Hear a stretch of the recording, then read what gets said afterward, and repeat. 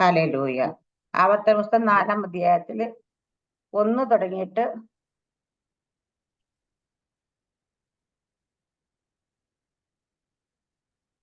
10 വരെ വായിച്ചു. ബാക്കി ഇടയ്ക്കിട്ട് വായിക്കാം, കാരണം വലിയ അധ്യായമാണ്. ഇപ്പോൾ ഇസ്രായേലേ, നിങ്ങൾ ജീവിച്ചിരിപ്പാനും നിങ്ങളുടെ പിതാക്കന്മാരുടെ ദൈവമായ യഹോവ നിങ്ങൾക്ക് തരുന്ന ദേശം ചെന്ന് കൈവശമാക്കുവാനും തക്കവണ്ണം നിങ്ങൾ അനുസരിച്ച് നടക്കേണ്ടതിന് ഞാൻ നിങ്ങളോട് ഉപദേശിക്കുന്ന ചട്ടങ്ങളും വിധികളും കേൾപ്പിൻ. ഞാൻ നിങ്ങളോട് കൽപ്പിക്കുന്ന നിങ്ങളുടെ ദൈവമായ യഹോവയുടെ കൽപ്പനകളെ നിങ്ങൾ പ്രമാണിക്കണം. ഞാൻ നിങ്ങളോട് കൽപ്പിക്കുന്ന വചനത്തോട് കൂട്ടുകയോ അതിന് കുറയ്ക്കുകയോ ചെയ്യരുത്. ബാൽപെയോരിന്റെ സംഗതിയിൽ യഹോവ ചെയ്തത് നിങ്ങൾ കണ്ണാലെ കണ്ടിരിക്കുന്നു. ബാൽപെയോരിനെ പിന്തുടരുന്നവരൊക്കെയും നിന്റെ ദൈവമായ യഹോവ നിങ്ങളുടെ ഇടയിൽ നിന്ന് നശിപ്പിച്ചു കളഞ്ഞുവല്ലോ. എന്നാൽ നിങ്ങളുടെ ദൈവമായ യഹോവയോട് പറ്റിച്ചേർന്നിരുന്ന നിങ്ങളൊക്കെയും ഇന്ന് ജീവനോടിരിക്കുന്നു. നിങ്ങൾ കൈവശമാക്കുവാൻ ചെല്ലുന്ന ദേശത്ത് നിങ്ങൾ അനുസരിച്ച് നടപ്പാനായി എന്റെ ദൈവമായ യഹോവ എന്നോട് കൽപ്പിച്ചതുപോലെ ഞാൻ നിങ്ങളോട് ചട്ടങ്ങളും വിധികളും ഉപദേശിച്ചിരിക്കുന്നു. അവയെ പ്രമാണിച്ച് നടപ്പീൻ. ഇത് തന്നെയല്ലോ ജാതികളുടെ ദൃഷ്ടിയിൽ നിങ്ങളുടെ ജ്ഞാനവും വിവേകവുമായിരിക്കുന്നത്. അവർ ഈ കൽപ്പനകളൊക്കെയും കേട്ടിട്ട് ഈ ശ്രേഷ്ഠ ജാതി ജ്ഞാനവും വിവേകവുമുള്ള ജനം തന്നെ എന്ന് പറയും. നമ്മുടെ ദൈവമായ യഹോവയോട് നാം വിളിച്ചപേക്ഷിക്കുമ്പോഴൊക്കെയും അവൻ നമുക്ക് അടുത്തിരിക്കുന്നത് പോലെ ദൈവം ഇത്ര അടുത്തിരിക്കുന്ന ശ്രേഷ്ഠ ജാതി ഏതുള്ളൂ? ഞാൻ ഇന്ന് നിങ്ങളുടെ മുമ്പിൽ വെക്കുന്ന ഈ സകല ന്യായപ്രമാണവും പോലെ ഇത്ര നീതിയുള്ള ചട്ടങ്ങളും വിധികളും ഉള്ള ശ്രേഷ്ഠ ജാതി ഏതുള്ളൂ? കണ്ണാലെ കണ്ടിട്ടുള്ള കാര്യങ്ങൾ നീ മറക്കാതെയും നിന്റെ ആയുഷ്കാലത്തൊരിക്കലും അവ നിന്റെ മനസ്സിൽ നിന്ന് വിട്ടുപോകാതെയും ഇരിപ്പാൻ മാത്രം സൂക്ഷിച്ച് നിന്നെ തന്നെ ജാഗ്രതയോടെ കാത്തുകൊള്ളുക. നിന്റെ മക്കളെയും മക്കളുടെ മക്കളെയും അവയെ ഉപദേശിക്കണം. വിശേഷാൽ ഹോരേബിൽ നിന്റെ ദൈവമായ യഹോവയുടെ സന്നിധിയിൽ നിന്ന ദിവസത്തിൽ ഉണ്ടായ കാര്യം മറക്കരുത്. അന്ന് യഹോവ എന്നോട്, ജനത്തെ എന്റെ അടുക്കൽ വിളിച്ചു കൂട്ടുക, ഞാൻ എന്റെ വചനങ്ങൾ അവരെ കേൾപ്പിക്കും. അവർ ഭൂമിയിൽ ജീവിച്ചിരിക്കുന്ന നാളൊക്കെയും എന്നെ ഭയപ്പെടുവാൻ പഠിക്കുകയും തങ്ങളുടെ മക്കളെ പഠിപ്പിക്കുകയും വേണം എന്ന് കൽപ്പിച്ചു. സ്തോത്രം. Hallelujah, hallelujah. നമുക്ക് എല്ലാവർക്കും അറിയാം ആവർത്തന പുസ്തകം ദൈവം മോശയോട് അരുളി ചെയ്തിട്ട് മോശ ജനത്തിന് കർശനമായിട്ട് പ്രമാണങ്ങൾ കൊടുക്കുന്നൊരു എന്നുവെച്ചാ ശിക്ഷിക്കുന്ന ഒരു ദൈവത്തെ നമ്മൾ ആവർത്തന പുസ്തകത്തിൽ കാണും. ഹല്ലേലൂയ. എന്നുവെച്ചാൽ ദൈവത്തിന്റെ പ്രമാണം അനുസരിച്ച് നടക്കുന്നവർക്കുള്ള നന്മകളും അതുപോലെ തെറ്റിച്ചു നടക്കുന്നവർക്കുള്ള ശിക്ഷയും അത് കൃത്യമായ കർശനമായി തന്നെ പറയുന്നുണ്ട്. കർശനമായി തന്നെ അത് ദൈവം ചെയ്യുന്നതുകൊണ്ട് നമുക്കറിയാം. ഹല്ലേലൂയ. ചെങ്കടൽ കടന്നപ്പോൾ ആദ്യമായി തപ്പെടുത്ത് ദൈവത്തെ ആർത്ത് പാടി സ്തുതിച്ച മിരിയാമായിരുന്നു. പക്ഷെ മിരിയാം ഹല്ലേലൂയ വിശ്വാസവീരന്മാരുടെ പട്ടിക 11-ാം അധ്യായത്തിൽ എബ്രായ ലേഖനത്തിൽ എഴുതിയേക്കും, അവിടെ മിരിയാമിന്റെ പേര് വന്നില്ല. അതുപോലെ ആദ്യത്തെ പുരോഹിതനായിട്ട് തെരഞ്ഞ അഹരോന്റെ പേര് അവിടെ വന്നില്ല. ഹല്ലേലൂയ. അപ്പൊ അനുസരണക്കേട് കാണിച്ചവരെയൊക്കെ ഇവിടെ ഇപ്പൊ നമ്മള് മോശയ്ക്ക് പോലും ഹല്ലേലൂയ എന്താ പറയാ, കനാൻ ദേശം കാണാൻ കഴിഞ്ഞില്ല. കാരണം ദൈവത്തിന് അനുസരണക്കേട് കാണിക്കുന്നവരെ കർശനമായി ശിക്ഷിച്ചൊരു ദൈവത്തെ നമുക്കിവിടെ കാണാൻ പറ്റും. ഹല്ലേലൂയ. അപ്പൊ അതുകൊണ്ട് നമ്മൾ ഇത് മോശയാണ് പറയുന്നതെങ്കിൽ മോശയുടെ ദൈവം അരുളിച്ചിത കാര്യങ്ങളാണ് പറയുന്നത്. ഇവിടെ കൃത്യമായിട്ട് ദൈവം ഓരോ കാര്യങ്ങളും നമുക്ക് ആവർത്തന പുസ്തകം പലപ്പോഴും ചില ഭാഗങ്ങളൊക്കെ വായിക്കും നമുക്ക് ഭയം തോന്നാറുണ്ട്. ഹല്ലേലൂയ. കാരണം വെച്ചാൽ അങ്ങനെ നല്ല ഭയപ്പെടുന്ന ഒരു ദൈവത്തെ തന്നെയാണ് ഇവിടെ ഹല്ലേലൂയ കർശനമായി ശിക്ഷിക്കുന്ന ദൈവത്തെ നമ്മൾ ആവർത്തന പുസ്തകത്തിൽ കാണുന്നത്. ഇവിടെ പറയുന്നത്, ഇപ്പോൾ ഇസ്രായേലിൽ നിങ്ങൾ ജീവിച്ചിരിപ്പാനും നിങ്ങളുടെ പിതാക്കന്മാരുടെ ദൈവമായ യഹോവ നിങ്ങൾക്ക് തരുന്ന ദേശം ചെന്ന് കൈവശമാക്കുവാനും തക്കവണ്ണം നിങ്ങൾ അനുസരിച്ച് നടക്കുന്ന ഞാൻ നിങ്ങളോട് ഉപദേശിക്കുന്ന ചട്ടങ്ങളും വിധികളും കേൾക്കും. ഇതെന്തിനാ വെച്ചാൽ അപ്പൊ നമുക്ക് തരുന്ന ഇൻഹെറിറ്റൻസ് ഒക്കെ സ്വന്തമാക്കണമെങ്കിലും അതുപോലെ തന്നെ നമ്മൾ ജീവിച്ചിരിക്കേണ്ടതും. ഹല്ലേലൂയ.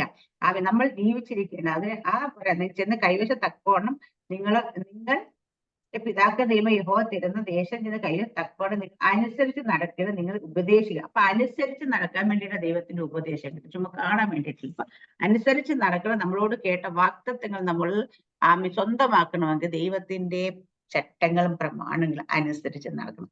അതിനുവേണ്ടി ദൈവം ചട്ടങ്ങൾ. അപ്പൊ നമുക്ക് ദൈവം വചനം തരുന്നത് എന്തിനാന്ന്? വചനം നമുക്ക് ബൈബിള് നമ്മുടെ കയ്യിലുണ്ട്. ഇതിൽ പറഞ്ഞത് ഓരോ വചനങ്ങൾ എന്തിനാന്ന് ചോദിച്ചു കഴിഞ്ഞാൽ നമുക്കത് വെറുതെ വായിക്കാനും പ്രസംഗിക്കാനും ഉള്ളതല്ല, അനുസരിച്ച് നടക്കാനുള്ള. ഇതനുസരിച്ച് നടന്നാലാണ് നമ്മുടെ മേലുള്ള വാക്തത്വങ്ങളൊക്കെ നമുക്ക് ഹല്ലേലൂയ പ്രാപിക്കാൻ കഴിയത്തുള്ളൂ. ഹല്ലേലൂയ. അവിടെ അടുത്തൊരു ഞാൻ നിങ്ങളോട് കൽപ്പിക്കുന്ന നിങ്ങളെ ദൈവമായ യഹോവയുടെ കൽപ്പനകളെ നിങ്ങൾ പ്രമാണിക്കണം. ഞാൻ നിങ്ങളോട് കൽപ്പിക്കുന്ന വചനത്തോട് കൂട്ടുകയോ അതിൽ നിന്ന് കുറയ്ക്കുകയോ ചെയ്യരുത്. അല്ല, അപ്പൊ ദൈവം നമ്മളോട് കൽപ്പിക്കുന്ന വചനങ്ങളെ നമ്മൾ പ്രമാണിക്കണം. അല്ലെ, നേരത്തെ പറഞ്ഞ കൽപ്പനകളല്ലേ പ്രമാണങ്ങൾ, എന്തിനാ വെച്ചാൽ പ്രമാണിക്കാനുള്ളത്. അല്ലെ, അതിൽ തന്ന കല നമുക്ക് തന്ന വചനം അതുപോലെ തന്നെ ഇതിനോട് കൂട്ടുകയോ കുറയ്ക്കുകയോ ചെയ്യരുത്.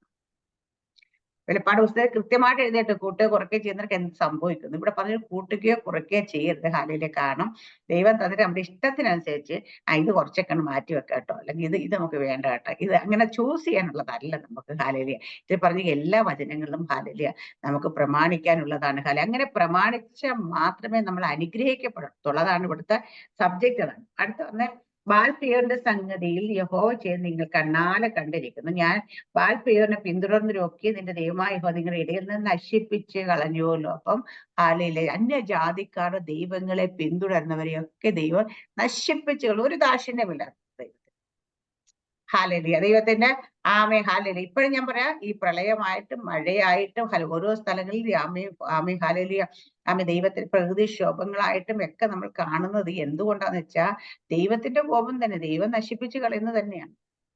ദൈവം മനുഷ്യനെ ഞാൻ പറയാം, ഈ ഏറ്റവും ഇതായിട്ട് നമ്മളെല്ലാവരും സ്തംഭിച്ച കോവിഡ് അല്ലേ. കോവിഡ് വന്ന സമയത്ത് ഞാൻ പറയും കോവിഡ് വലിയ സംഭവമൊന്നും ആയിരുന്നില്ല ശരിക്കും പറഞ്ഞത്. ജനം മൊത്തം മരിച്ചെന്ന് വെച്ചാൽ ഭീതി കൊണ്ടാ മരിച്ചത്. കാരണം വെച്ചാൽ ഇത് എന്തൊക്കെയോ ആണത്. ഇപ്പൊ ഞങ്ങൾക്ക് ഒരാൾക്ക് കോവിഡാന്ന് പറഞ്ഞാൽ നമുക്ക് എന്തെങ്കിലും ഭയം തോന്നാറുണ്ടോ? ഇല്ല. അയാൾ അടങ്ങി വീട്ടിനകത്തിരിക്കുന്നുണ്ടോ? ഇല്ല.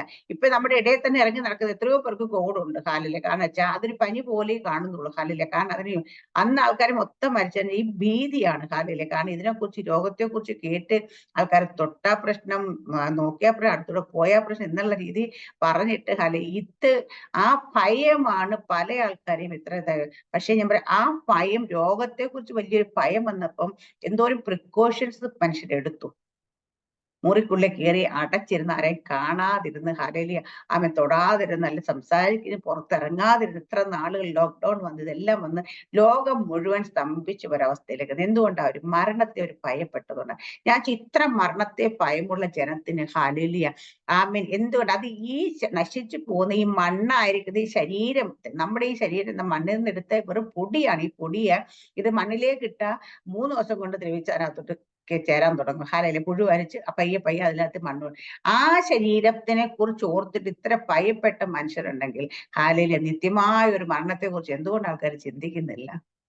അപ്പൊ ഇതിനെ ഇവിടുത്തെ ഈ ഭൂമിയിൽ ഒരു മരണം സംഭവിക്കാൻ പോകുന്നതിന്റെ അതിന് ഇത്രയും പ്രിക്കോഷൻസ് എടുത്ത ആൾക്കാർ നിത്യമരണം സംഭവിക്കാതിരിക്കേണ്ട എന്തുകൊണ്ട് പ്രിക്കോഷൻസ് എടുക്കുന്നില്ല? ശരിക്കും പറഞ്ഞാൽ അത്ഭുതം തോന്നാറുണ്ട് നമുക്ക് ചിന്തിക്കുമ്പോൾ ഹാലയിലെ. കാരണം വെച്ച് കഴിഞ്ഞാല് ഈ ഭൂമിയിൽ നമുക്ക് തന്നേക്ക് ആയുസ് അല്ലെങ്കിൽ 70 അല്ലെങ്കിൽ 80, ഇപ്പൊ തന്നെ എല്ലാവരും 10ഉം 60ഉം അല്ലെങ്കിൽ 50ഉം 60ഉം 70ഉം വയസ്സായവർ പോലും കോവിഡ് വന്നപ്പോൾ അത്രയും പ്രിക്കോഷൻസ് വെച്ച്. കാരണം അവരുടെ ആയുസ് ഇനി 10 വർഷമോ 15 വർഷമോ 20 വർഷം മാക്സിമം, അല്ലെ പോയ 100 വർഷം പറ്റിക്കട്ടെ, അത്രയേ ഉള്ളൂ. അത്രയും കുറഞ്ഞ പീരീഡിലേക്കുള്ള ഒരു ജീവിതത്തിന് വേണ്ടി ഇത്രയും പ്രിക്കോഷൻസ് എടുത്ത് ജനം ഹാലി ഇത് കഴിഞ്ഞിട്ടൊരു നിത്യമായ മരണത്തിലേക്ക് പോകാതിരിക്കാൻ വേണ്ടി എന്തുകൊണ്ട് പ്രിക്കോഷൻസ് എടുക്കുന്നില്ല? ഈ വചനത്തിൽ പറഞ്ഞിരിക്കുന്ന കാര്യങ്ങൾ എന്തുകൊണ്ട് അനുസരിക്കുന്നില്ല? ഹല്ലേലൂയ. നമുക്ക് അത്ഭുതം തോന്നാറുണ്ട്. ഞാൻ പറയുന്നത് സത്യം പറഞ്ഞാൽ നമുക്ക് ചിലപ്പോൾ ആലോചിക്കും. പക്ഷെ അവർക്ക് എന്ന് വെച്ചാൽ ആർക്കും ഈ എന്താ പറയാ അടുത്തൊരു നിത്യമായ മരണമുണ്ടെന്ന് പലരും വിശ്വസിക്കുന്നില്ല. അല്ലെങ്കിൽ നിത്യജീവൻ ഉണ്ടെന്നാലും വിശ്വസിക്കുന്നില്ല. അവരുടെയൊക്കെ പലരുടെയും ചിന്ത ഹല്ലേലൂയ ഈ ഭൂമിയിലുള്ള ആയുസ് മാത്രമേ ഉള്ളൂ. ദൈവത്തിന്റെ വചനത്തിൽ പറഞ്ഞിരിക്കുന്ന കാര്യങ്ങളെല്ലാം ഇന്ന് ഭൂമി നമ്മുടെ കൺമുമ്പിൽ സംഭവിച്ചുകൊണ്ടേ ഇരിക്കുകയാണ്. അങ്ങനെയാണ് കർത്താവിന്റെ വരവും ഉണ്ട്. അവിടുന്ന് കർത്താവ് സഭയെ ചേർക്കാൻ വരും. ഇതെല്ലാം ഉള്ളതാ. ആമേൻ, സ്തോത്രം, ഹല്ലേലൂയ. അപ്പൊ ഇതിനെല്ലാം നമ്മൾ ഹല്ലേലൂയ ഭയപ്പെടും. കാരണം ഇന്ന് പലപ്പോഴും ഞാനൊക്കെ ചിലപ്പോഴൊക്കെ എന്റെ അമ്മയോടൊക്കെ സംസാരിക്കുന്ന സമയത്ത് ഞാനൊക്കെ ആലോചിക്കാറുണ്ട്, ഇവർക്ക് വചനത്തെ കുറിച്ചുള്ള നോളജ് എന്ന് പറയുന്ന സാധനം ഇല്ല. പണ്ട് തുടങ്ങിയിട്ടേ ഹല്ലേലൂയ. ഇപ്പൊ കത്തോലിക്ക സഭയെ കുറിച്ച് ഞാൻ ബാക്കിയുള്ള എനിക്കറിയത്തില്ല, കുറെ കെട്ടുകഥകൾ അവർ പഠിപ്പിച്ചേക്കുന്ന മൊത്തം. അതുകൊണ്ട് ഇവർക്ക് അല്ലെങ്കിൽ ബൈബിള് വായിക്കുമ്പോൾ പോലും ഇവരുടെ ബുദ്ധി തുറക്കുന്നില്ല. അത് ഗ്രഹിക്കാൻ കഴിയുന്നതേ ഇല്ല. ബൈബിൾ എല്ലാ ദിവസവും വായിക്കെടുത്ത് വെച്ചോണ്ട്, പക്ഷെ വായിക്കുന്നെങ്കിൽ അതിനകത്തൊന്നും ഒരു സംഭവം ഈ അക്ഷരമായിട്ടല്ലാതെ അതിനകത്ത് ആ ആത്മാവ് അവർക്ക് ഇല്ലാത്തതുകൊണ്ട് ആത്മാവിന്റെ ജ്ഞാനമായിട്ട് ഒരു ഉള്ളിലേക്ക് കേറത്തതേ ഇല്ല. ഹല്ലേലൂയ. കാരണം ഇപ്പോഴും അവർക്ക് ഹല്ലേലൂയ അവരുടെയൊക്കെ വിചാരം ഇവരെയൊക്കെ കർത്താവ് രണ്ടാമത് വരുവാണെങ്കിൽ ആമേൻ കർത്താവ് ഇവരൊക്കെ കർത്താവിന്റെ കൂടെ കർത്താവ് കൊണ്ടുപോകാൻ വേണ്ടി വരുമെന്നുള്ള വിചാരത്തിരിക്കുന്നു. അതിൽ മരിച്ചങ്ങ് സ്വർഗത്തിലേക്ക് പോകുന്ന, എന്നാൽ കുറച്ച് നന്മകൾ ചെയ്ത് സ്വർഗത്തിലേക്ക് പോകുന്ന എല്ലാവരുടെയും വിചാരം. ഹല്ലേലൂയ. ഈ ഭൂമിയിൽ നമ്മൾ ചെയ്യുന്ന ഒരു നന്മ പ്രവർത്തികൾ കൊണ്ട് നമ്മൾ സ്വർഗത്തിലേക്ക് പോകത്തില്ല. ഹല്ലേലൂയ. കാരണം ദൈവത്തിന് നന്മ ചെയ്യേണ്ടതെന്നല്ല ഞാൻ പറയും. പക്ഷെ നന്മ നമ്മള് ജനത്തിന്റെ നമ്മള് പലപ്പോഴും നമ്മൾ നന്മ ചെയ്യുന്ന എങ്ങനെ, ഒരാൾക്കാരണം ചെയ്യുന്ന, അല്ലെങ്കിൽ ഒരു മനസ്സലിയുന്ന, അല്ലെങ്കിൽ ഒരു സഹജീവിയോട്, അല്ലെങ്കിൽ ഒരു എന്താ പറയാ ഒരു മനുഷ്യരോടൊക്കെ നമുക്ക് നന്മ തോന്നുന്നത് എങ്ങനെയാ? നമ്മുടെ വികാരത്തിൽ നിന്ന് അത് തോന്നുന്നു, നമ്മുടെ ഫീലിങ്സിനകത്ത്, നമ്മുടെ മനസ്സിനകത്ത് തോന്നുന്നു അല്ലേ? ദൈവസന്നിധി ഫീലിങ്സിന് ഒരു വിലയില്ല കേട്ടോ.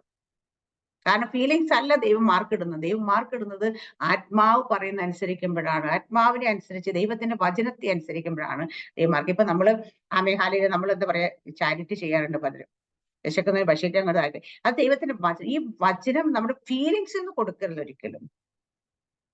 ദൈവം പറഞ്ഞ വചനത്തിന്റെ കൽപ്പനയെ പ്രമാണിക്കുന്നതിന്റെ പേരിൽ വേണം നമ്മൾ ചെയ്യാനായിട്ട്.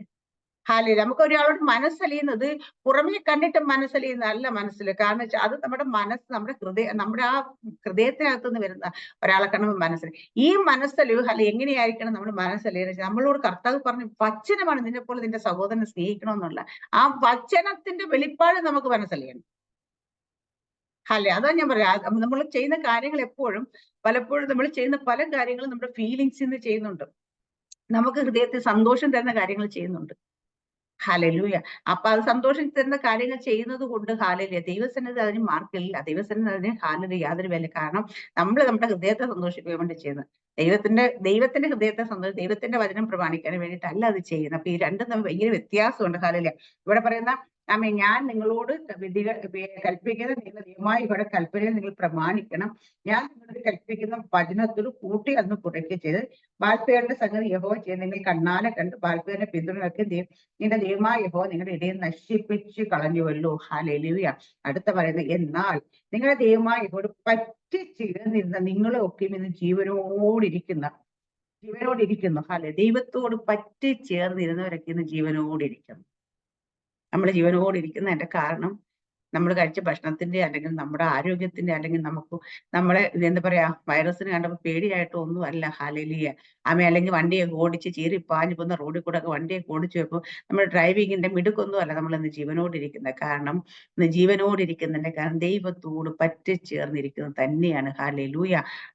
അപ്പൊ ദൈവത്തോട് പറ്റിച്ചേർന്നിരുന്ന് കഴിഞ്ഞാൽ അവന് ഈ ഭൂമിയിലുള്ള ജീവനം മാത്രമല്ല, അവന് നിത്യ ജീവൻ ഉണ്ടാകും. ഹല്ലേലൂയ. ഇവിടെ അവർക്ക് വാഗ്ദത്തത്തിലേക്ക് കടക്കാൻ പോകുന്ന ഒരു ഹല്ലേലൂയ അവർ കേട്ട പ്രോമിസായ അവരുടെ ഇൻഹെറിറ്റൻസിലേക്ക് അവർ എത്തുകയാണ്. ഹല്ലേലൂയ. അത് എന്താ ദൈവത്തോട് പറ്റിച്ചേർന്ന്. അപ്പൊ നമ്മൾ കേട്ട ഏറ്റവും വലിയ വാഗ്ദത്തം എന്താ വെച്ചാൽ നമ്മളെ കർത്താവിന്റെ കൂടെ നിത്യജീവനിലേക്ക് കടക്കുക എന്നുള്ളതാണ്. അപ്പൊ നമ്മൾ ദൈവത്തോട് പറ്റിച്ചേർന്ന് ഇരുന്നാലാണ് അത് നടക്കത്തുള്ളൂ. ജീവനിലേക്ക് നമുക്ക് കടക്കാൻ പറ്റത്തുള്ളൂ. ഹല്ലേലൂയ. അടുത്ത, നിങ്ങൾ കൈവശമാക്കാൻ ചില ദേശത്ത് നിങ്ങൾ അനുസരിച്ച് നടപ്പാൻ എന്റെ ദൈവമായ യഹോവ എന്നോട് കൽപ്പിച്ചതുപോലെ ഞാൻ നിങ്ങളോട് ചട്ടങ്ങളും വിധികളും ഉപദേശിച്ചിരുന്നു. അവയെ പ്രമാണിച്ച് നടത്തി. ഇത് തന്നെയല്ലോ ജാതികളുടെ ദൃഷ്ടി നിങ്ങളെ ജ്ഞാനവും വിവേകവുമായി. ഹല്ലേലൂയ. അടുത്ത് പറയുന്നത്, എന്റെ ദൈവമായ യഹോവയുടെ കൽപ്പനകളെ എന്നോട് ഞാൻ നിങ്ങളോട് ചട്ടങ്ങളും വിധികളും അവയെ പ്രമാണിച്ച് നടക്കുമ്പോൾ എന്ത് സംഭവിക്കും? അവയെ പ്രമാണിച്ച് നടന്നാൽ ഇത് തന്നെയല്ലോ ജാതികളുടെ ദൃഷ്ടി നിങ്ങളുടെ ജ്ഞാനവും വിവേകവും. അപ്പൊ നമ്മള് ദൈവത്തിന്റെ ചട്ടങ്ങളും പ്രമാണങ്ങളും അല്ലെങ്കിൽ വിധികളും പ്രമാണിച്ച് നടക്കുന്നത് ജാതികൾ കാണുമ്പോൾ, ജാതികളുടെ മുമ്പിൽ നമ്മുടെ ജ്ഞാനവും ഇവിടെ പറഞ്ഞ നമ്മുടെ ജ്ഞാനവും വിവേകവും അതാണ്. അപ്പൊ അവര് കാണുമ്പോൾ അവരുടെ മുമ്പിൽ നമ്മൾ ദൈവത്തിന്റെ ജ്ഞാനമുള്ള, ദൈവത്തിന്റെ വിവേകമുള്ള മനുഷ്യരാണ് വെളിപ്പെടുത്തുക. എങ്ങനെയാന്ന് വെച്ചാൽ അവർക്കത് വെളിപ്പെടുന്നത് എങ്ങനെയാ വെച്ചാൽ അവർക്കത് കാണാൻ കഴിയുന്നത് വെച്ചാൽ നമ്മൾ ദൈവത്തിന്റെ ചട്ടങ്ങളും വിധികളും പ്രമാണിക്കുന്നത് കാണുമ്പോൾ അവർ പറയുന്നത്.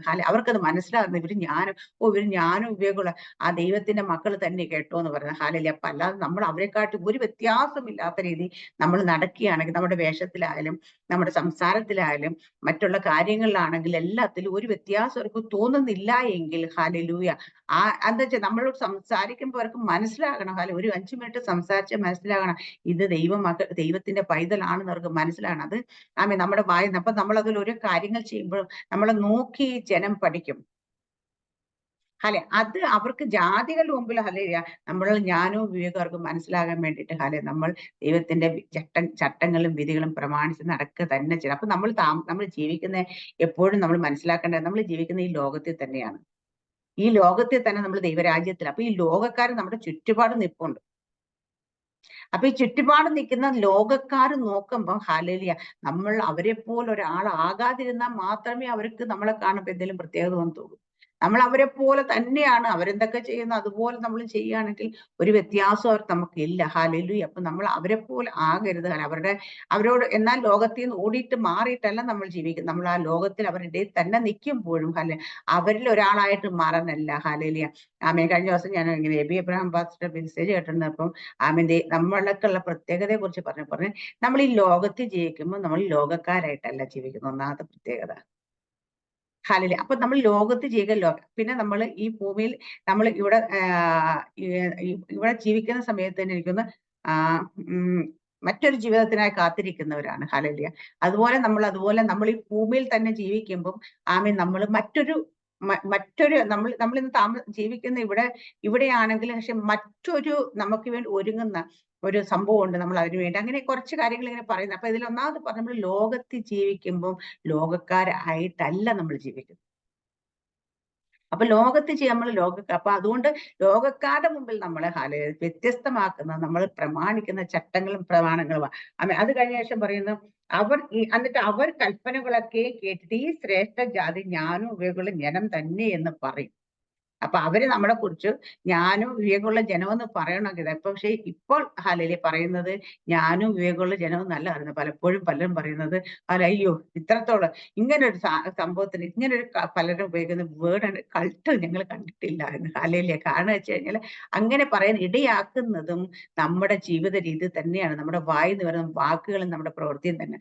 അപ്പൊ അത് ഉണ്ടാകരുത്. നമ്മുടെ ദൈവമായ യഹോവയെ നാം വിളിച്ചപേക്ഷിക്കുമ്പോഴൊക്കെ അവൻ നമുക്ക് അടുത്തിരിക്കുന്ന പോലെ, ദൈവം ഇത്ര അടുത്തിരിക്കുന്ന ശ്രേഷ്ഠ ജാതി ഏതുള്ളൂ. ഹല്ലേലൂയ. അത് ഭയങ്കര ഒരു ഒരു ഇതാണ് കേട്ടോ. കാരണം വെച്ചാൽ ഇന്നലെ നമ്മൾ പറഞ്ഞ കാര്യം പോലെ നമുക്ക് ദൈവം നമ്മുടെ കരം പിടിച്ച് നമ്മുടെ കൂടെ, അല്ലെങ്കിൽ ഞാൻ നിന്നെ ഒരു നാൾ ഉപേക്ഷിക്കത്തില്ല, ഞാൻ നിന്നെ ഒരു നാളും കൈവിടിയില്ലെന്ന് പറഞ്ഞിട്ട് ഹല്ലേലൂയ ദൈവം നമുക്ക് കൂടെ നടക്കുന്നത്. അപ്പൊ ഇവിടെ പറയുന്ന വിളിച്ചപേക്ഷിക്കുമ്പോഴൊക്കെയും നമുക്ക് അടുത്തിരിക്കുന്നത് പോലെ, ദൈവം ഇത്ര അടുത്തിരിക്കുന്ന ശ്രേഷ്ഠ ജാതി ആരുള്ളെന്ന് മറ്റുള്ളവർ പറയുന്ന. ഹല്ലേലൂയ. ആര് പറയുന്നത്? നമ്മൾ പറയുന്നതല്ല ഇത്. ജാതികൾ നിന്നിട്ട് പറയുന്ന കാര്യം ഇത് പറയുന്നത്. ഹല്ലേലൂയ. കാരണം നമ്മൾ പ്രാർത്ഥിക്കുമ്പോൾ അതുകൊണ്ട് പല ആൾക്കാരും ഞാൻ പറയും, അവർക്ക് നമ്മൾ പെന്തക്കോസ്തില് വരാനൊന്നും ഇഷ്ടമില്ലെങ്കിൽ പക്ഷെ അവർക്ക് ഒരു കാര്യം അറിയാൻ കേട്ടോ, നമ്മൾ പ്രാർത്ഥിച്ച് നടക്കുമെന്ന്. അതുകൊണ്ട് മിക്ക ആൾക്കാരും വിഷയങ്ങൾ ഉണ്ടാകുമ്പോൾ പെട്ടെന്ന് സിസ്റ്റർ ഒന്ന് പ്രാർത്ഥിക്കണേ പറയാറില്ല. ജാതികൾ പറയാറില്ല നമ്മളോട്, പ്രാർത്ഥനാ വിഷയം പറയാറുണ്ട്. കാരണം വെച്ചാൽ അവർക്കൊരു കാര്യം, നമ്മൾ പ്രാർത്ഥിച്ച് നടക്കും. നമ്മൾ വിളിച്ചപേക്ഷിച്ച ദൈവത്തോട് അടുത്തിരിക്കുന്ന ജനമാണ്. അതുകൊണ്ട് നമ്മൾ പ്രാർത്ഥിച്ച അല്ലെങ്കിൽ നമ്മൾ ദൈവത്തോട് സംസാരിച്ച അവർക്ക് കാര്യം സാധിക്കുന്നവർക്കറിയാം. അതുകൊണ്ട് അത് ശ്രേഷ്ഠ ജാതി എന്ന് അവർ പറയാം. കാരണം ദൈവത്തോട് ഇത്രത്തോളം അടുത്തിരിക്കുന്ന, ഹല്ലേലൂയ, വിളിച്ചപേക്ഷിക്കുമ്പോഴൊക്കെ ഉത്തരം നൽകുന്ന ഒരു ദൈവത്തോട് പറ്റിയ, ദൈവത്തോട് ചേർന്ന ഒരു ശ്രേഷ്ഠ ജാതി ആരുള്ളൂ എന്ന് പറയാൻ കാരണം ഹല്ലേലൂയ ഇതാണ് സംഭവം. പലപ്പോഴും ഡോക്ടർമാർക്ക് പറയും അസാധ്യമെന്ന് പറയും. ഹല്ലേലൂയ. കാരണം അവർക്ക് അവര് അവരുടെ സയൻസിന് എല്ലാത്തിനും ഒരു ലിമിറ്റേഷൻസ് ഉണ്ട്. പക്ഷെ അവർക്ക് അസാധ്യമെന്ന് പറയുമ്പോൾ നമ്മുടെ ദൈവത്തിന് ഒരു കാര്യം അസാധ്യമല്ലെന്ന് നമുക്കറിയാം. ഹല്ലേലൂയ. അപ്പൊ നമ്മൾ ഓരോ കാര്യങ്ങൾ പ്രാർത്ഥിക്കുമ്പോൾ നമ്മൾ കേൾക്കുന്ന ടെസ്റ്റിമണീസ് അങ്ങനെ തന്നെ. കാരണം ഇനി വലിയ പ്രതീക്ഷയൊന്നും വെക്കണ്ട എന്ന് പറഞ്ഞവർ പോലും ഹല്ലേലൂയ വെന്റിലേറ്ററിൽ നിന്നും ICU നിന്നും ഒക്കെ പുറത്തേക്ക് ഇറങ്ങി വരുന്നതിന്റെ കാരണം എന്താണെന്ന് വെച്ചാൽ അവര് പറഞ്ഞത് യാഥാർത്ഥ്യം പറയുമ്പോൾ നമുക്കറിയാം നമ്മുടെ ദൈവത്തിന് ഹല്ലേലൂയ അവിടെ ഒന്നും ഒരു ലിമിറ്റും ഇല്ലാതെ പ്രവർത്തിക്കാൻ കഴിയുമെന്ന്. ഹല്ലേലൂയ. അപ്പൊ അതുകൊണ്ട് നമ്മുടെ ദൈവത്തെ കുറിച്ച് ഹല്ലേലൂയ നമ്മൾ മനസ്സിലാക്കും. അപ്പൊ മറ്റുള്ളവർക്ക് ഇത് അറിയാം. അത് എന്തുകൊണ്ടാണ് നമ്മൾ വിളിച്ചപേക്ഷിക്കുമ്പോഴൊക്കെ നമുക്ക് മറുപടി നമ്മളോട് അടുത്തിരിക്കുന്ന ഒരു ദൈവമുണ്ട്. നമ്മൾ പെട്ടെന്ന് നമുക്കൊരു ആവശ്യം വന്നാൽ നമുക്ക് വളരെ അടുപ്പമുള്ളിടത്ത് ഞങ്ങൾ ഓടിച്ചെല്ലുന്നത് അല്ലേ. നമ്മുടെ ലാസ്റ്റ് ഹോപ്പ് അല്ല യേശു, അല്ല ദൈവം. നമുക്ക് ദൈവം ഫസ്റ്റ് ഹോപ്പാണ് ദൈവം. കാരണം നമ്മൾ എല്ലാം കഴിഞ്ഞ് ഒന്നും നടന്നില്ല ദൈവത്തിന്റെ അടുക്കലേക്ക് ചെല്ലാം. അത് ജാതികൾ അങ്ങനെ പോകും. നമ്മൾ പോകുന്ന അങ്ങനെയല്ല. നമുക്ക് ഫസ്റ്റ് ഹോപ്പ് ദൈവം തന്നെയാണ്, ഫസ്റ്റ് ആൻഡ് ലാസ്റ്റ്. നമുക്ക് ഒരേ ഒരു ഫസ്റ്റ് എന്നല്ല, നമുക്ക് ഒരേ ഒരു ഹോപ്പേ ഉള്ളൂ, അത് ദൈവം തന്നെയാണ്. കാരണം നമ്മുടെ ജീവിതത്തിൽ നമുക്ക് എന്ത് കാര്യം ആകെ ആശ്രയിക്കുക, നമ്മൾ ഓടിച്ചെല്ലും ചെയ്യേണ്ട അത് അവസാനം എന്ന് പറയുന്നില്ല. നമുക്ക് ഒരേ ഒരു ദൈവത്തെ, അപ്പൊ ഞാൻ പറയാം, നമ്മൾ ഒരു മനുഷ്യന്റെ പിന്നാലെ ഓടേണ്ട ഒരു കാര്യങ്ങൾക്ക് ദൈവത്തിൽ മാത്രം ആശ്രയിക്കുക, ദൈവത്തിൽ മാത്രം പ്രതീക്ഷ വെക്കുക, ദൈവത്തോട് മാത്രം ചോദിക്കുക എന്നുള്ളത്. നമ്മുടെ ദൈവത്തോട് ചോദിച്ച ദൈവത്തിന് മനുഷ്യനെ കൊണ്ട് പ്രവർത്തിപ്പിക്കാൻ പറ്റും. നമ്മൾ ചോദിച്ചാൽ ചിലപ്പോൾ അനങ്ങാതിരിക്കുന്ന മനുഷ്യരെ പോലും ദൈവത്തിനോട്, അതുകൊണ്ട് നമ്മൾ ആ മനുഷ്യരോട് ചോദിക്കാൻ പോവുകയേ വേണം. ഹല്ലേലൂയ. കാരണം ദൈവത്തിന് കഴിയാത്ത ഒരു കാര്യമില്ല. ഹല്ലേലൂയ. നമ്മള് ബൈബിളിനകത്ത് എന്തോരം ഇത് കണ്ടു, നമ്മുടെയൊക്കെ ജീവിതത്തിൽ എന്തോരം അനുഭവം നമുക്കുണ്ട്. അതുകൊണ്ട് അതുകൊണ്ട് ഇത്ര വിളിച്ചപേക്ഷിക്കുമ്പോഴൊക്കെയും അവൻ നമുക്ക് അടുത്തിരിക്കുന്നില്ല. ദൈവം ഇത്ര അടുത്ത് ശ്രേഷ്ഠ ജാതി ഏതുള്ളൂ. ഹല്ലേലൂയ. ഞാൻ ഇന്ന് നിങ്ങളുടെ മുമ്പിൽ നിൽക്കുന്ന ഈ സകല ന്യായ പ്രമാണങ്ങളും പോലെ ഇത്ര നീതിയുള്ള ചട്ടങ്ങളും വിധിയുള്ള ശ്രേഷ്ഠ ജാതി ഏതുള്ളൂ. അത് ഇമ്പോർട്ടന്റ് ആട്ടോ. നമുക്ക് തന്നിരിക്കുന്ന പോലെ ഈ ഇതിൽ പറഞ്ഞേക്കുന്ന വചനമൊക്കെ, ബൈബിളിൽ ജീവനുള്ള ദൈവം തന്നിരിക്കുന്ന വചനമുള്ള അല്ലെങ്കിൽ കൊടുത്തിരിക്കുന്ന ഒരു പുസ്തകം കൊടുത്തിരിക്കുന്ന ആൾക്കാർ ആരെങ്കിലും ഉണ്ടോ? ഇല്ല. കാരണം അത്ര ജീവനുള്ള ദൈവം തന്നെ ആർക്കും ഇല്ല. കാരണം ഞാനാകുന്നു യഹോവ, മറ്റൊരുത്തനും ഇല്ല എന്ന ദൈവം, മറ്റൊരു ദൈവവും ഇല്ല എന്ന് പറയാൻ ഡിക്ലെയർ ചെയ്യുന്ന ഒരു ദൈവം ഏതെങ്കിലും പുരാണത്തെ കാണാറുണ്ടോ? ആരുടെങ്കിലും ഒരു ജാതിക്ക് പറയാൻ കഴിയും. അതുപോലെ ഭൂമി ഈ കാണുന്ന സകലം സൃഷ്ടിച്ചത് ഞാനാണെന്ന് പറയാൻ തക്ക ഒരു ദൈവം ഉണ്ടോ? ഇല്ല. കാരണം ചില ആൾക്കാർ പറയും മഴുവെടുത്തറിഞ്ഞപ്പോ കേരളം പൊങ്ങി വന്നു, അപ്പൊ അത് ചെയ്തപ്പോ ഇത് വന്ന് എന്നൊക്കെ കുറെ കെട്ടുകഥകൾ പറയാൻ എല്ലാവർക്കും പറ്റും. പക്ഷേങ്കില് ആധികാരികമായി നാസ പോലും ഇന്ന് ബൈബിൾ പല കാര്യങ്ങളും നൂറ്റാണ്ടുകൾക്ക് ആയിരക്കണക്കിന് വർഷങ്ങൾക്ക് മുമ്പ് വചനത്തിൽ പറഞ്ഞേക്കുന്നതൊക്കെ ഇന്ന് അവർ തെളിയിച്ചുകൊണ്ടിരിക്കുന്നതേ ഉള്ളൂ. ഹല്ലേലൂയ. അതുപോലെ ഇനിയിപ്പോ സംഭവിച്ചുകൊണ്ടിരിക്കുന്ന കാര്യങ്ങൾക്ക് ബൈബിൾ പറഞ്ഞിട്ട്, അതൊക്കെ നാസ ഇപ്പൊ ഇങ്ങനെ ഓരോ സമയത്ത് ഇങ്ങനെ അവരുടെ ഓരോ കാര്യങ്ങൾ പുറത്തു വരുമ്പോ ഇതൊക്കെ നമുക്ക് പണ്ടേ അറിയാം. കാരണം എങ്ങനെ നമുക്ക് ബൈബിളിൽ നിന്ന് അറിയാം. ഈ ബൈബിളിന്റെ ഓരോ കാര്യങ്ങൾ എടുത്താൽ ഇന്ന് നമ്മൾ ഈ ഭൂമി കാണുന്ന പല കാര്യങ്ങളും ഉണ്ടായിരിക്കും. നമ്മൾ യോബിന്റെ പുസ്തകം വായിക്കുക, അണക്കെട്ടിനെ കുറിച്ചൊക്കെ ആൾക്കാർക്ക് ബുദ്ധി ഉദിച്ചാൽ എനിക്കൊന്ന് യോബിന്റെ പുസ്തകം വായിച്ചപ്പോഴാണ്. വെള്ളത്തെ കെട്ടി നിർത്തിയിട്ട് ഷട്ടർ തുറന്ന് പുറത്തേക്ക് വിടുന്നതിനെ കുറിച്ചൊക്കെ പറഞ്ഞേക്കുന്ന അവിടെയാണ്. അതുപോലെ പലരും പറയാണ്ട് ഒന്നാം അധ്യായം വായിച്ചിട്ടുണ്ട് ഫ്ലൈറ്റ് ഉണ്ടാക്കുന്നത്. കാരണം വെച്ചാൽ അതിനകത്ത് ആ പറയുന്ന കാര്യങ്ങൾ കറക്റ്റ് ആയിട്ട് ഫ്ലൈറ്റ് വർക്ക് ചെയ്യുന്ന കണക്ക് തന്നെയാണ് അത് ചെയ്തത്. കാരണം അങ്ങനെ ഓരോ കാര്യങ്ങൾ ദൈവത്തിന് മനുഷ്യർക്ക് ജ്ഞാനം ഉണ്ടായ എന്തുകൊണ്ടാണ് ഓരോ കാര്യങ്ങൾ കണ്ടുപിടിക്കാനും ഓരോ കാര്യങ്ങൾ സൃഷ്ടിക്കാനൊക്കെ മനുഷ്യന് ജ്ഞാനം ഉണ്ടായതൊക്കെ ബൈബിൾ വായിച്ച ആൾക്കാരാണ്. അതുകൊണ്ട് ഏറ്റവും കൂടുതൽ കണ്ടുപിടുത്തങ്ങൾ കണ്ടുപിടിച്ചേക്കുന്നത് ദൈവത്തിന്റെ ജനമെന്ന് പറയുന്ന സ്വന്തം ജനമെന്ന് ഇസ്രായേൽ തന്നെയാണ് തന്നെ. കാരണം അവർക്ക് കൊടുത്തണക്ക് ജ്ഞാനം ദൈവം ആർക്കും കൊടുത്തിട്ടില്ല. ഇവിടെ ഒരു ദിവസം ഇവിടെ എന്റെ മോളിൽ നിന്നുകൊണ്ട് പറയുന്നുണ്ട്, അതെന്തായാലും ശപ്പച്ചൻ കാണിച്ച് ശരിയായില്ല കേട്ടോ, നമുക്ക് അവര് സ്വന്തം ജനം, നമ്മളെന്താല്ലേ സ്വന്തം മക്കളല്ലേ, അപ്പൊ നമുക്കെന്താ ജ്ഞാനം തരാത്തത്? അപ്പൊ നമ്മളിപ്പോഴല്ലേ മക്കളായത്. ഹാലയില്ലേ. അവര് അങ്ങനെ തന്നെ, അവർക്ക് ഒരു മാറ്റം ഇല്ലാത്ത മക്കൾ, നമ്മൾ ദത്തെടുത്തവരാ. ഹാലയില്ലേ. അപ്പൊ ദത്തിലേക്ക് വന്നതിന് ശേഷം അവകാശങ്ങൾ നമുക്ക് പ്രാപിക്കാൻ പറ്റും. അവര് സ്വന്തം മക്കളായതുകൊണ്ട് ദത്തെടുക്കേണ്ട ആവശ്യമൊന്നുമില്ല. ഹാലയില്ലേ. പക്ഷെ നമ്മൾ ആ വ്യത്യാസം എപ്പോഴും ഉണ്ട്. ഹാലേ. പക്ഷെ നമ്മളും ദൈവത്തോട് അതുപോലെ ഹാലയില്ല ചേർന്നിരിക്കുമ്പം ഹാലയില്ല അതിലേക്ക് നമ്മൾ എത്തുമെന്നുള്ളേക്കും. അത് ദൈവത്തിന്റെ വചനം അതാ പറഞ്ഞത്, ഇത് ഇത്രത്തോളം ശ്രേഷ്ഠമായുള്ള അതാ ജാതി മാത്രമല്ല, ഇത്ര ശ്രേഷ്ഠമായ ചട്ടങ്ങളും പ്രമാണങ്ങളും അല്ലെങ്കിൽ ഇതുള്ളത് ആരാളുള്ളത്. അപ്പൊ നമുക്ക് ദൈവം തന്ന ഏറ്റവും വലിയ ഭാഗ്യമാണ് നമുക്ക് ഈ ബൈബിൾ, ഈ വചനം നമ്മുടെ കയ്യിലേക്കുള്ള ഏത് കാര്യത്തിനും സൊല്യൂഷൻ ഇതിനകത്തുണ്ട്. അല്ലെ? നമ്മൾ സൊല്യൂഷൻ അന്വേഷിച്ച് പലരെയും അന്വേഷിച്ച് പോകും. അതിന് ഓരോരുത്തർക്കും ഓരോന്നിനും എക്സ്പെർട്ടൈസ് ഉണ്ട്.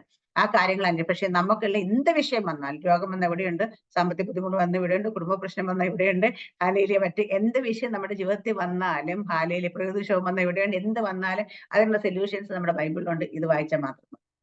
ഹാലേലിയ. അടുത്ത് പറയുന്നത് ഹാലേലിയ, കണ്ണാലെ കണ്ടിട്ടുള്ള കാര്യങ്ങൾ നീ മറക്കാതെയും നിന്റെ ആയുഷ്കാലത്ത് ഒരിക്കലും അവൻ നിന്റെ മനസ്സിൽ വിട്ടുപോകാതെ ഇരിപ്പാൻ മാത്രം സൂക്ഷിച്ച് നിനത്തന്നെ ജാഗ്രതയോടെ കാത്തുകൊള്ളുക. അത് അവരോട് കണ്ണാൽ. അപ്പോൾ നമുക്ക് ഇത് പറയാം, കണ്ണാലെ കണ്ടിട്ട്. കാരണം നമ്മുടെ ജീവിതത്തിൽ പലപ്പോഴും മറ്റുള്ളവർ പറഞ്ഞ് കേട്ട് പറയുന്നതിനെക്കാട്ടി കൂടുതൽ നമ്മൾ നമ്മുടെ ജീവിതത്തിൽ നമ്മൾ കണ്ണാൽ കണ്ട് അനുഭവിച്ചിട്ടുണ്ട്. ദൈവത്തിന്റെ പ്രവൃത്തികൾ നമ്മൾ കണ്ടിട്ടുണ്ട്.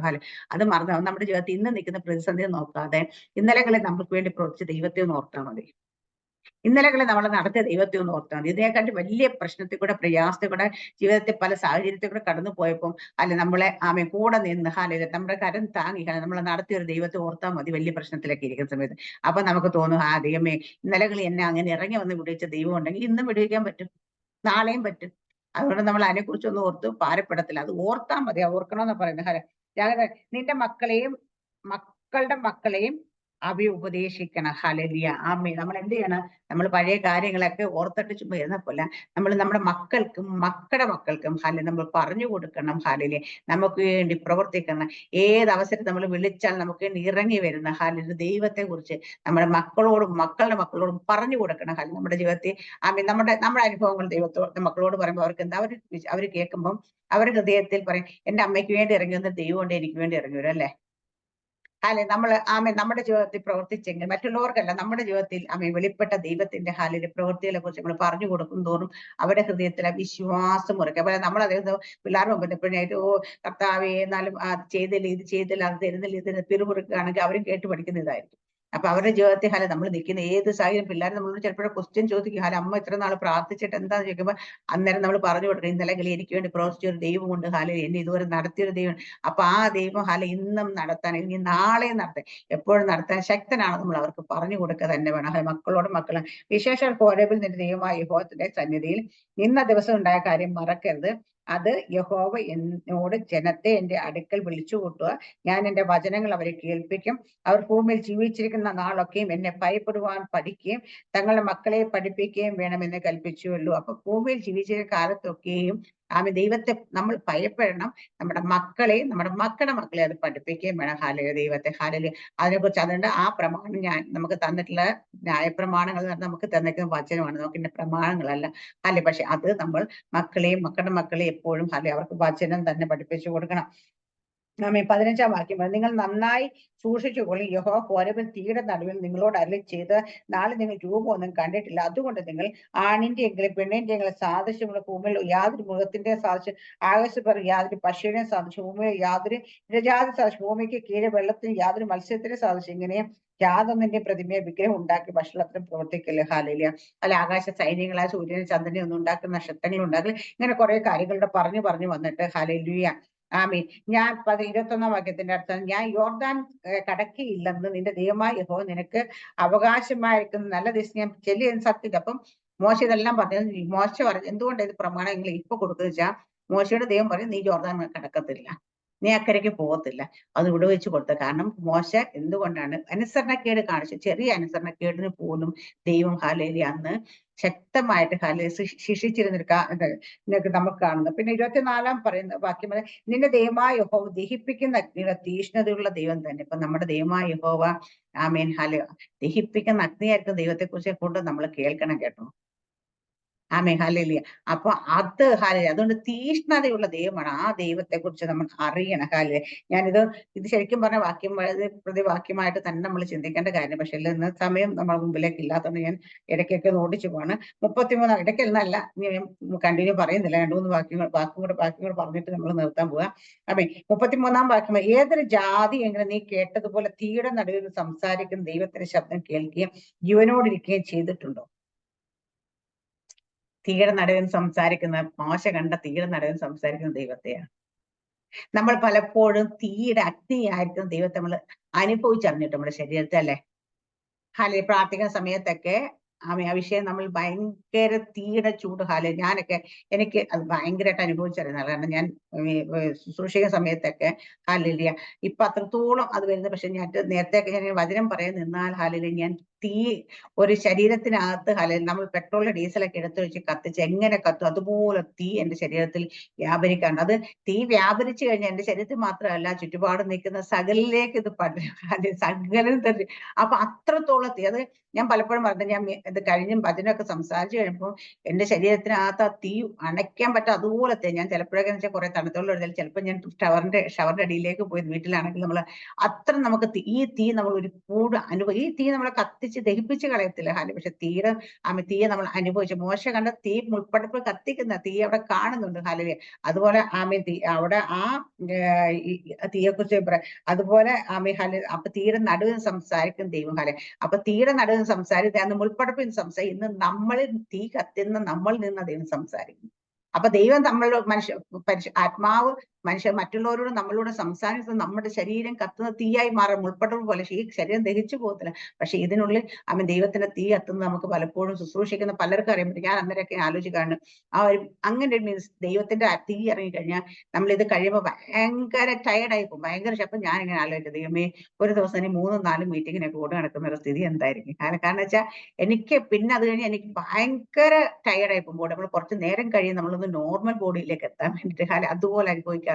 അപ്പൊ അത് അങ്ങനെ ചെയ്യുന്ന ആൾക്കാർക്ക് അത്രത്തോളം ഇത് ക്യാരി ചെയ്യുന്നവരുടെ അവസ്ഥയൊക്കെ നമ്മൾ അതൊക്കെ ശരിക്കും പറഞ്ഞാൽ ഭയങ്കര അനുഭവമാണ് അതൊക്കെ അനുഭവിച്ചിട്ട് പറഞ്ഞാൽ എത്ര പേർക്ക് മനസ്സിലാവുന്ന എനിക്കറിയത്തില്ല. അത് എത്ര പേർക്ക് ഡൈജസ്റ്റ് ആവുന്നതും എനിക്കറിയത്തില്ല ഇപ്പൊ കാരണം ഇത് തീന്ന് കേൾക്കുമ്പോൾ തന്നെ അത് ഇഷ്ടപ്പെടാത്ത ഒരു കൂട്ടം നമ്മുടെ ഇടയിൽ തന്നെ ഉണ്ട് അല്ലെ. തീ എന്ന വീട് പറഞ്ഞത് ഫയർ എന്ന് പറഞ്ഞാൽ കേട്ട് കഴിഞ്ഞാല് അതിനെ കേൾക്കുമ്പോ എന്താ പറയാ, പിശാച് കുരിശ് കണ്ട പോലെ എന്നുള്ള അവസ്ഥയുള്ള കുറെ ആൾക്കാരുണ്ട്. അപ്പൊ അതുകൊണ്ട് അവർക്കൊക്കെ ഇത് എത്രത്തോളം മനസ്സിലാവുമെന്ന് എനിക്കറിയത്തില്ല. പക്ഷെ ദൈവം തീ തന്നെയാണെന്നുള്ള കാര്യത്തില് നമ്മുടെ കർത്താവിനെ അതിനോട് തന്നെ ഉപമിക്കുന്നതിന് ആ പരിശുദ്ധാത്മാവിനെ തീയോട് ഉപമിക്കുന്നതിന് ഒരു അതിന് ഒരു പ്രശ്നവുമില്ല. കാരണം ആ തീ അനുഭവിച്ചറിഞ്ഞ ആളാണ് ഞാൻ. അതുകൊണ്ട് ഞാൻ പറയാം, അതുകൊണ്ട് നമുക്ക് തീ തന്നെയാണ് നമ്മുടെ കർത്താവ്. അടുത്തത് 37 അല്ലെങ്കിൽ നിങ്ങളുടെ ദൈവമായ യഹോവ മിസ്രയീമിൽ വെച്ച് നീ കാണുകയും നിങ്ങൾക്ക് വേണ്ടി ചെയ്ത പോലെയുള്ള പരീക്ഷകൾ, അടയാളങ്ങൾ, അത്ഭുതങ്ങൾ, യുദ്ധം, ബലമുള്ള കൈ, നീട്ടിയ ഭുജം, വലിയ ഭയങ്കര പ്രവൃത്തി എന്നിവയാൽ ദൈവം ഒരു ജാതി മറ്റൊരു ജാതി തനിക്കായി ചെന്നെടുപ്പാൻ ഉദ്യമിച്ചിട്ടുണ്ടോ അല്ലെ. അപ്പൊ ദൈവം മിശ്രമിച്ച അത്ഭുതങ്ങൾ ഇവിടെ പറയുമ്പോൾ നമ്മൾ ഇന്ന് ആലോചിക്കേണ്ട ഒരു കാര്യമുണ്ട്. ഇന്ന് നമ്മുടെ ചുറ്റുപാടും നടന്നുകൊണ്ടിരിക്കുന്ന പലതും ദൈവത്തിന്റെ കരമാണെന്ന് മറന്നുപോകരുത്. അവിടെ എന്താ കുറെ അടയാളങ്ങൾ ദൈവം അവർക്ക് എന്തൊക്കെ അടയാളങ്ങൾ ചെയ്ത്, അത്ഭുതങ്ങൾ ചെയ്ത്, യുദ്ധം ചെയ്ത്, ബലമുള്ള കൈ, നീട്ടിയ ഭുജം, വലിയ ഭയങ്കര പ്രധാന അവിടെ കുറെ ദൈവം കുറെ ബാധകൾ അയച്ചായിരുന്നു അവർക്ക് അല്ലെ.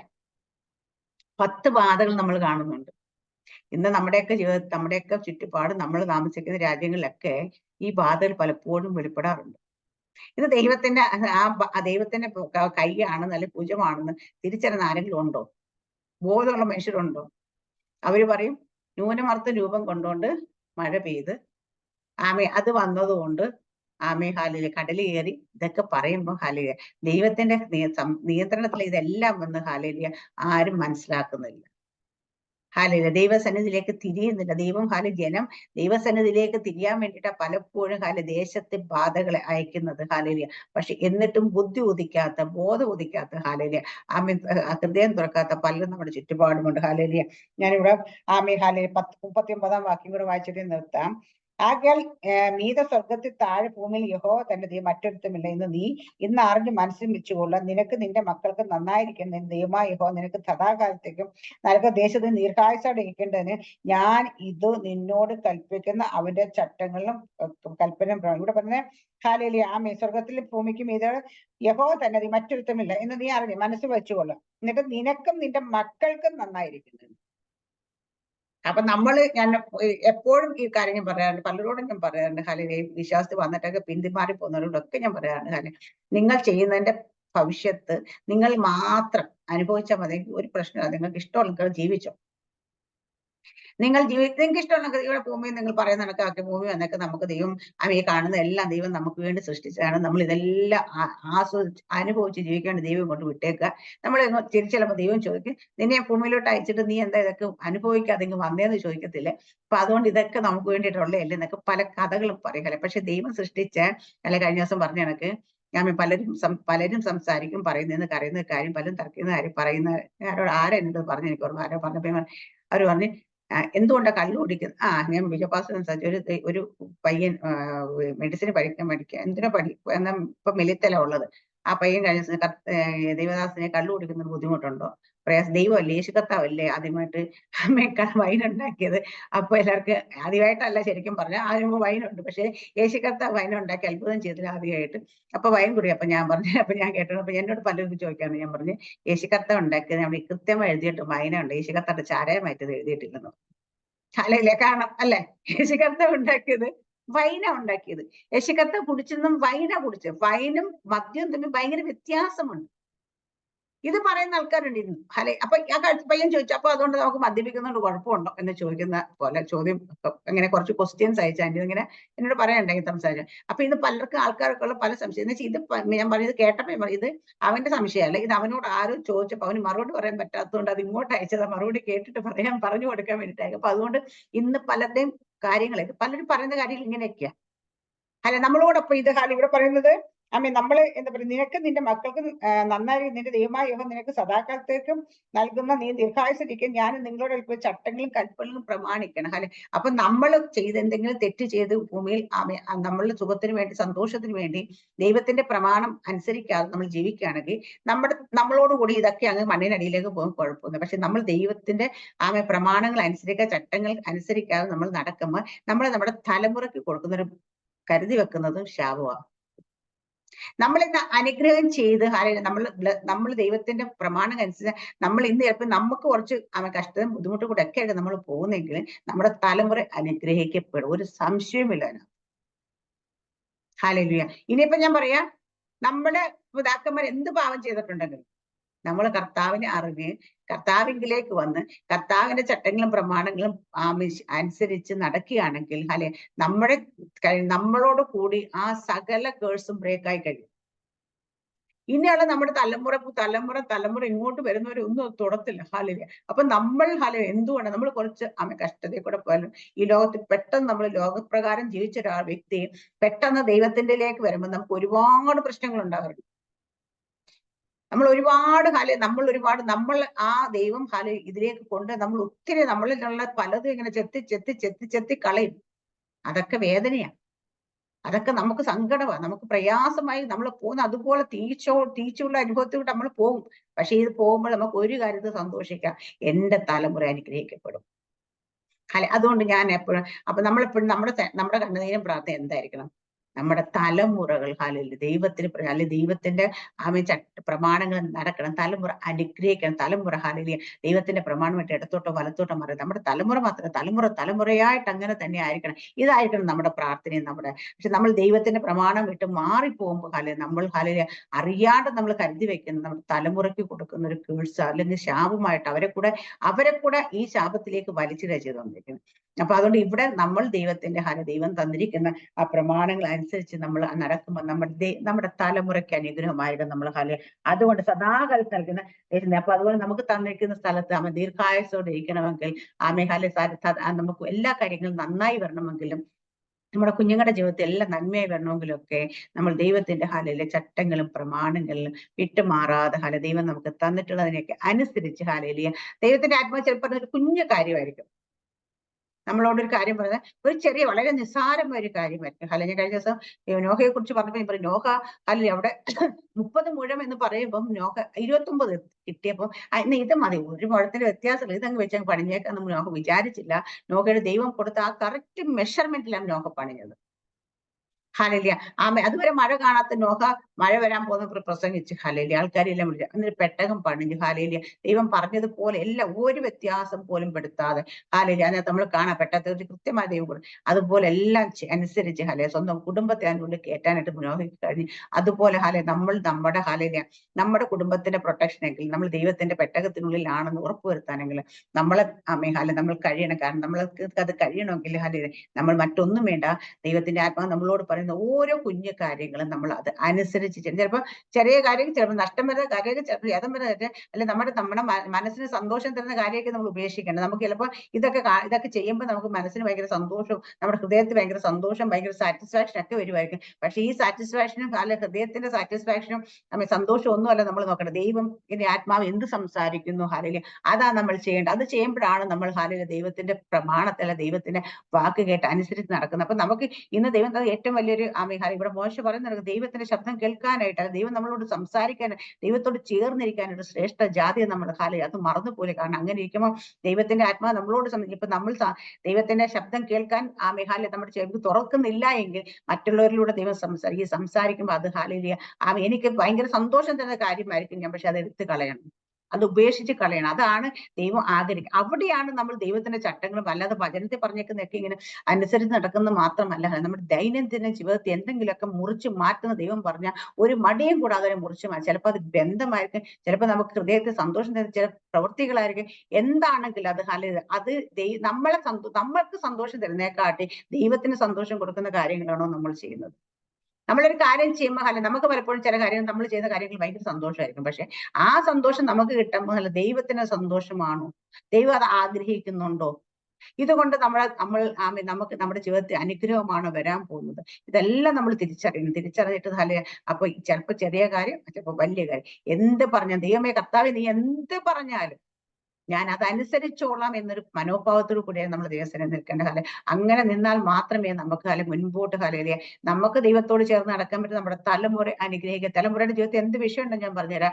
നിങ്ങൾ ദൈവസന്നിധി ഹാലേലിയ ദൈവത്തോട് പറ്റിയിരുന്ന് ദൈവം പറയുന്നത് എല്ലാം കേട്ട് അനുസരിച്ച് നടക്കുമെങ്കിൽ അവരുടെ ജീവിതത്തിൽ വിഷയങ്ങളുണ്ടെങ്കിൽ പോലും അത് നമ്മൾ പോലും അറിയാതെ വിഷയങ്ങൾ മാറിപ്പോകും കാരണമാകും. ഹാലേലിയ. കാരണം അതുകൊണ്ട് നമ്മളിപ്പോഴും ഇവിടെ മോശ കൊടുത്തിരിക്കുന്ന ആവർത്തന പുസ്തകം നമ്മൾ ഓരോ പ്രാവശ്യം വായിക്കുമ്പോഴൊക്കെ നമുക്ക് ഓരോ സ്ഥലം വായിക്കുമ്പോൾ നമുക്ക് ഭയം ഉണ്ടാകുന്ന നമ്മൾ എത്രത്തോളം ഹാലേലിയ ദൈവസന്നിധിയിൽ നേരോട് നിൽക്കണമെന്ന് ദൈവത്തിന്റെ ദൈവം പറയുന്നത് കേട്ട് അനുസരിക്കണമെന്ന്, അനുസരിക്കാതെ മോശയെക്കുറിച്ച് ഓർക്കാൻ നമുക്ക് വിഷമം തോന്നാണ്. കാരണം വെച്ച് കഴിഞ്ഞാൽ ഇവിടെ ഇത്രയും ജനത്തെ ലീഡ് ചെയ്ത് അവിടുന്ന് വിളിച്ചിറക്കി, വാ കനാൻ ദേശത്ത് കൊണ്ടുവന്ന് പറഞ്ഞ് വിളിച്ചിറക്കി, അത്രയും ആൾക്കാരെ നടത്തി, അത്രയും നാൾ ലീഡർ സ്ഥാനത്ത് നിന്ന ആളോട് ദൈവം ലാസ്റ്റ് മൊമെന്റ് പറയാം, നീ അപ്പുറത്തോട്ട് പോകണ്ട.